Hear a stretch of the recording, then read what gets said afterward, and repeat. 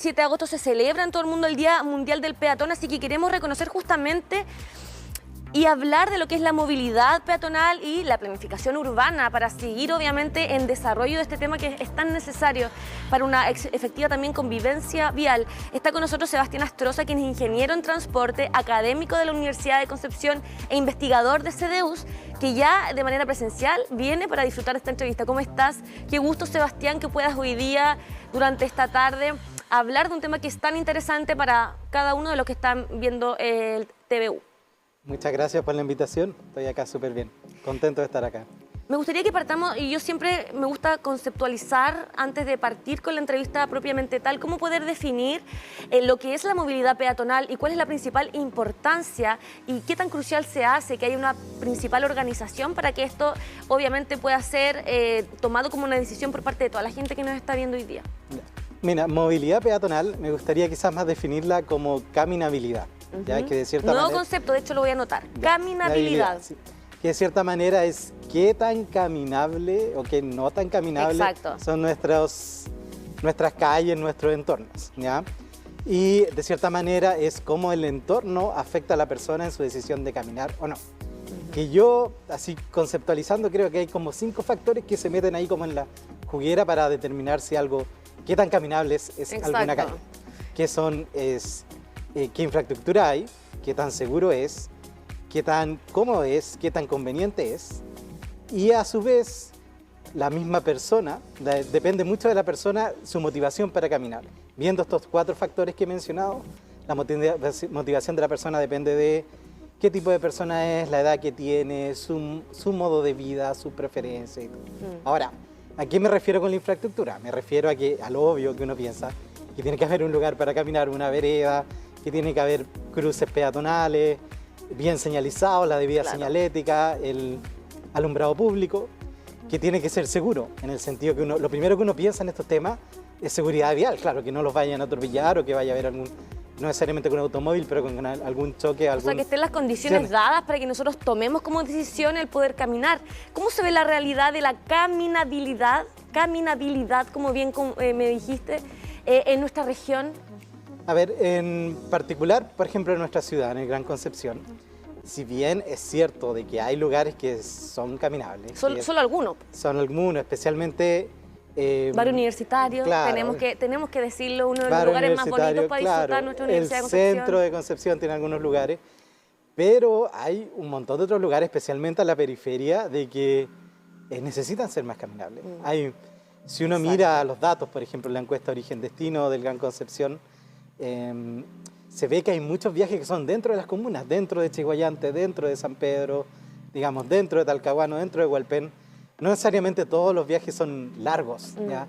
Hay un montón de viajes que son de 1, 2, 3 kilómetros, que uno pudiese pensar de que si existiera estos factores de manera atrayente para las personas para que caminen, se podría motivar a que caminen. Exacto. ¿Qué tan importante es que las redes peatonales no solo se presenten en los centros de las ciudades, sino que, como tú bien dices, también puedan estar en los alrededores, en hacer barrios más caminables y más atractivos para que se genere justamente esto? Sí, es súper importante. Yo creo que hay que cambiar un poco los paradigmas, porque cuando uno habla de transporte o incluso de movilidad, como tú mencionaste, uno piensa ya en el viaje al trabajo, que en la mañana todos tenemos que ir a nuestro lugar de trabajo, tenemos que decidir el modo de transporte, pero hay que pensar las ciudades en verdad, como que las ciudades son lo que nosotros decidimos organizarnos para satisfacer necesidades, ¿ya? Y esas necesidades pueden ser de varios tipos, y muchas de esas necesidades no necesitan un viaje muy largo para satisfacerse. Y a ese tipo de viajes, digamos, estoy hablando de trámites, compras, un montón de cosas que pueden ser en otro horario, que pueden ser caminando, no necesariamente todos tenemos que meternos en un taco para cumplir para satisfacer esas necesidades. Claro. Y hay que planificar la ciudad pensando en ese tipo de viajes también. ¿Cuál es la importancia, por ejemplo, de la accesibilidad peatonal? ¿Qué tan crucial es ese concepto de que sea asequible también dentro de los márgenes o dentro de los circuitos, digamos, no solo de Gran Concepción, sino que también de los alrededores? Claro, eso es importante. Ahí accesibilidad de cierta manera tiene como, se puede mirar en 2 sentidos. Uno, que te dé acceso a personas en todas las condiciones, de movilidad, que eso estamos muy al debe en varias calles en el sentido. Y ese es un punto que deberíamos tocar en otro momento porque se hace muy importante saber que las calles tienen que ser para todos, ¿no? Tienen que ser inclusivas las calles. Totalmente. Eso es súper importante. Y también accesibilidad en el sentido de que no solo yo tengo que tener el espacio para caminar, sino que yo también me tengo que sentir seguro físicamente y mentalmente en el lugar en que estoy. Y tiene que ser conveniente porque, no sé, a veces una persona necesita pasar de un punto a otro que son simplemente unos metros, y no hay, pero tiene que ir a la pasarela. Hay que darse toda una vuelta gigante. Hemos visto incluso accidentes de gente intentando correr para poder pasar de un lugar a otro. Entonces, ¿estamos, crees tú, todavía un poco atrasados en ese concepto que deberíamos de tener de accesibilidad? Yo creo que sí, primero por los mismos conceptos que hemos estado comentando acá, que hay lugares que hay que reconocer que están bien, pero en general... Pero nos falta. Hay que convenir que todavía estamos un poquito y también una cosa de lo que debería ser. Sí, una cosa que no hemos mencionado hasta el momento, es que también la caminata es un modo de transporte sustentable, quizás el más sustentable. Eso lo tengo aquí para tocar sí o sí, para también dar a entender que la vida hoy día es necesaria vivirla a través de lo que es lo sano, lo positivo, lo que nos hace bien. Y la herramienta de caminar, sin duda que aparte de movilizarnos, aparte de trasladarnos, también nos hace sentir bien con nosotros mismos al caminar, ¿verdad? Al respirar, al no contaminar. Son muchos los factores que hacen que la caminabilidad, que me encantó ese término, sea algo absolutamente positivo y ojalá que todos podamos reconocer y vivir durante el día a día, ¿no? Sí, justamente, o sea, caminar hace bien, digamos, mejora la salud de las personas, pero también es muy bueno desde el punto de vista social, con los beneficios sociales que genera la sociedad respecto a sus alternativas, que son el auto, otras alternativas que son más contaminantes, que ocupan más espacio, digamos. Y estamos en crisis climática, entonces fomentar este tipo de modos de transporte como la bicicleta, la caminata, el transporte público, son apuestas a futuro, que suena como apuesta a futuro como muy largo, pero en verdad son apuestas ahora. Y no debería ser a futuro porque, como dices tú, el futuro se ve como muy una palabra tan amplia que falta todavía, ¿no? Claro. Entonces esto debería ser hoy día una realidad. ¿Cuáles crees tú que son los principales factores que hacen que todavía esto no sea una realidad y no sea la elección de la gente? Dices tú el tiempo, dices tú que no está quizás la planificación necesaria para que esto se dé, la probable quizás miedo o la seguridad. ¿Cuáles son aquellos factores que tú crees que son los principales que hacen entender que todavía no estamos en una ciudad donde la gente prefiera caminar? A ver, ahí se mezclan muchas cosas, yo creo. Vamos enumerándolas, a ver. Primero hay un problema, digamos, de cultura, digamos, que tenemos. Nos cuesta entender que, especialmente en convivencia vial, de que personas que caminen es algo que nos conviene a todos y a todas, porque a fin de cuentas, viendo desde el punto de vista más pragmático, mientras más peatones existan, más rápido vamos a llegar todos a los lugares que queremos ir, ¿no? Entonces, en ese sentido, uno debiese ser un modo de transporte que los usuarios de los otros modos de transporte debieran respetar. Es como, esta persona está ocupando menos espacio, me está dando más espacio a mí, yo debería respetar eso. Segundo, yo siento, y tú lo mencionaste al principio, que hay que hacer una planificación de transporte, una planificación integrada, en el sentido de que hay que dejar de mirar cómo vamos a hacer este proyecto o este otro, sino que tener un plan como ciudad, esto es lo que queremos hacer, y esta es una lista de proyectos que nos van a llevar a ese punto. Y en esta lista de proyectos, indudablemente tiene que ser la caminata uno de los protagonistas por todas las cosas que hemos comentado hasta el momento. Sí. Yo creo que esas dos cosas un poco se mezclan, un poco cultura, también hay que decir, hubo una pandemia entre medio que cambió un poco las cosas. Estamos ahora yo siento que todavía estamos volviendo, pero por un tiempo hubo modos de transporte que estuvieron en desmedro por el asunto de la pandemia, ahora tienen que volver, tienen que reforzarse, y ahí la caminata puede ser un medio en sí para viajes cortos, pero también es un medio de acceso a otros modos de transporte. Claro, y a disminuir la contaminación, como decías tú, a disminuir los tacos, por Dios, los tacos en la mañana, los tacos en la tarde. De verdad que hace que la gente obviamente esté más sometida al estrés, a la angustia de que va a llegar atrasado, a la angustia de que... Entonces, sin duda que es una forma incluso de vida, de poder dedicar un poquito más de tiempo al poder trasladarnos, al poder disfrutar, al poder incluso pasar tiempo con la familia al caminar. Claro, sí, no, eso es súper bien. Además, la caminata es un modo de transporte que tiene cierto tiene una oportunidad de ser de volver a tener las calles como de alguna manera como un lugar de encuentro en la sociedad. Eso todavía es una potencialidad que tiene la caminata que quizás tenemos que seguir explotando.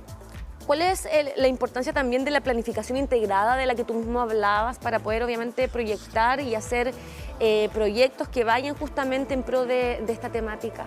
Bueno, yo pienso que es muy importante integrar en el sentido de que verlo como un objetivo que queremos cumplir con varios proyectos, pero también que involucre obviamente a autoridades, a la comunidad también, digamos, a los usuarios y a los operadores incluso de modos de transporte.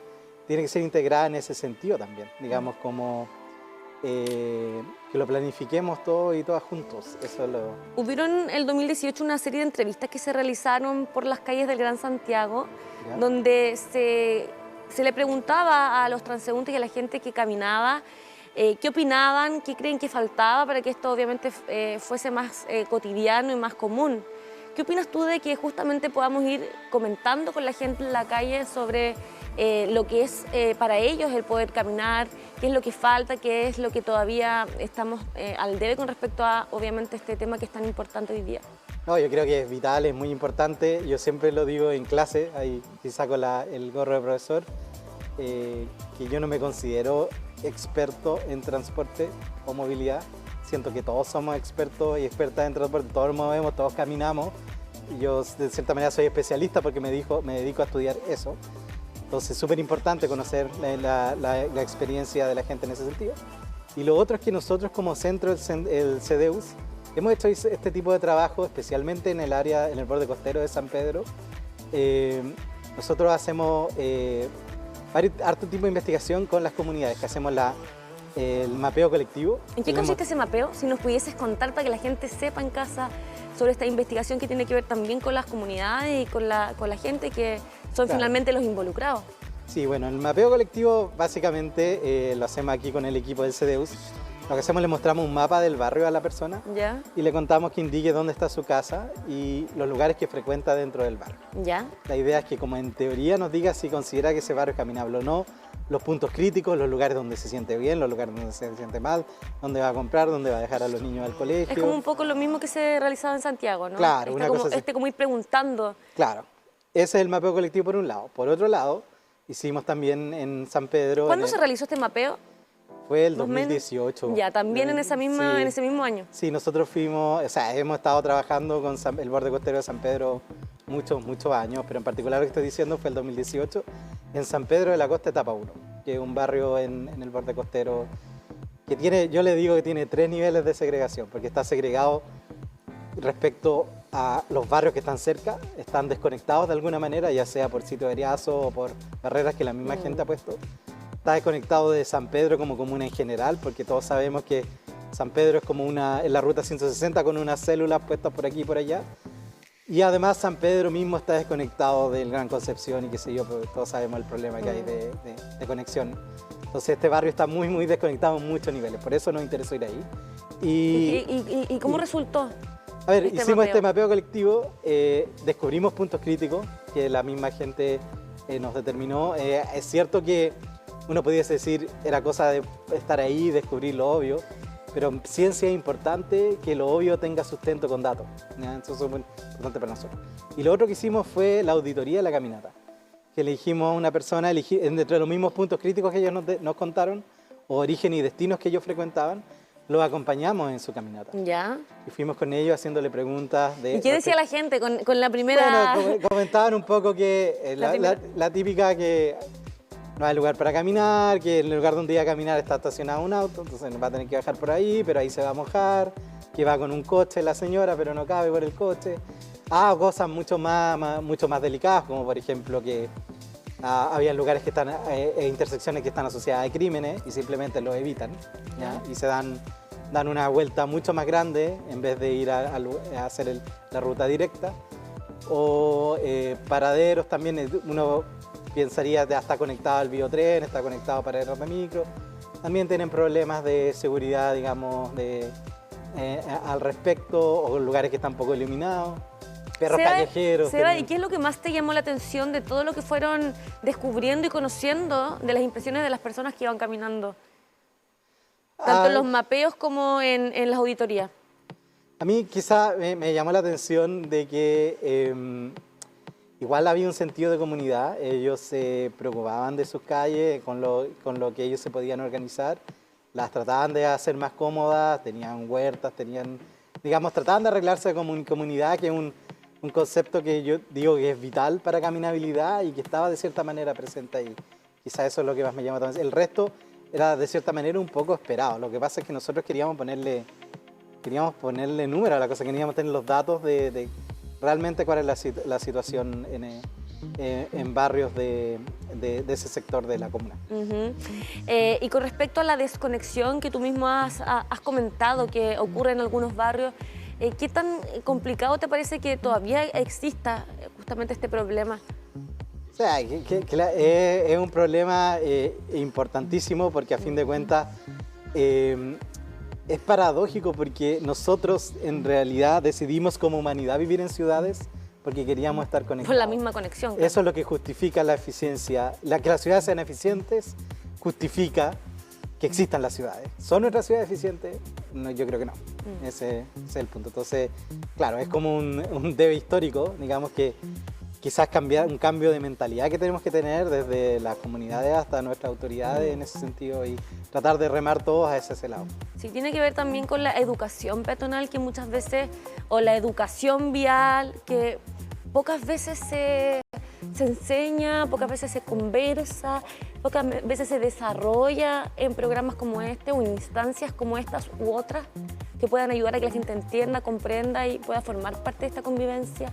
Claro, o de este trabajo vial. Sí, como lo comentaba, tenemos que respetarnos entre los diferentes modos de transporte y más aún hay que tener la conciencia de que las personas que están usando modos más sustentables, como la misma caminata, la bicicleta en transporte público, nos están haciendo la vida más fácil a todos y todas. Entonces son los que quizás merecerían más respeto.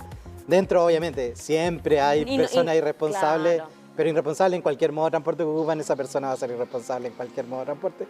Pero sacando de ese tipo de personas, en general uno debiese respetar a los peatones, a los ciclistas, a los usuarios de transporte público, porque son las personas que están decidiendo por modos más sustentables y que nos hacen a todos una ciudad mejor, menos contaminada y nos hace viajar a todos más rápido. Claro, mira, estamos viendo algunas imágenes que hemos ido compartiendo durante toda la entrevista, donde obviamente la prioridad es el paso peatonal y ¿cuánto tiempo nos demoramos en poder cruzar muchas veces? Porque los autos andan, pero a gran velocidad y simplemente les da lo mismo que hayan peatones esperando cruzar. Claro, sí, ¿no? O en el momento en que empieza a haber un poco de taco, ya simplemente se empiezan a parar en los pasos peatonales o la típica de tratar de cruzar, pasar el verde, pero no van a alcanzar y quedan entre medio de la calle. Eso, a final de cuentas, impacta también a los peatones, digamos. Exactamente. Y con respecto, para finalizar, al tema que abordamos en la mitad de la entrevista, que habla de la inclusión. ¿Se hace urgente también tener vías preparadas para justamente ese ítem? Sí, eso, claro, es otras cosas que hemos evidenciado en nuestros estudios. Uno piensa enseguida en una persona en silla de ruedas, obviamente, o en algún otro mecanismo que no pueda caminar de la manera más libre como la gran mayoría. Pero también hay que pensar en, por ejemplo, los padres con un coche, digamos, madre o padre con un coche, eso debiese ser capaz de andar por la ciudad, digamos. Claro. Y es súper importante que las calles sean para todos y todas. Y los elementos que ayuden de mayor manera a promover quizás esta forma de trasladarnos y de vivir la vida, ¿cuáles deberían ser? A ver, ahí quizás hay que obviamente invertir. Yo siempre digo, estas cosas no son por arte de magia, hay que invertir parte de nuestros recursos en estas cosas, es importante. Pero también puede haber, digamos, campañas de educación para tomar conciencia de este tipo de problemática. Y básicamente eso, quizás cambiarnos toda la mentalidad y comprometernos a este tipo de movilidad.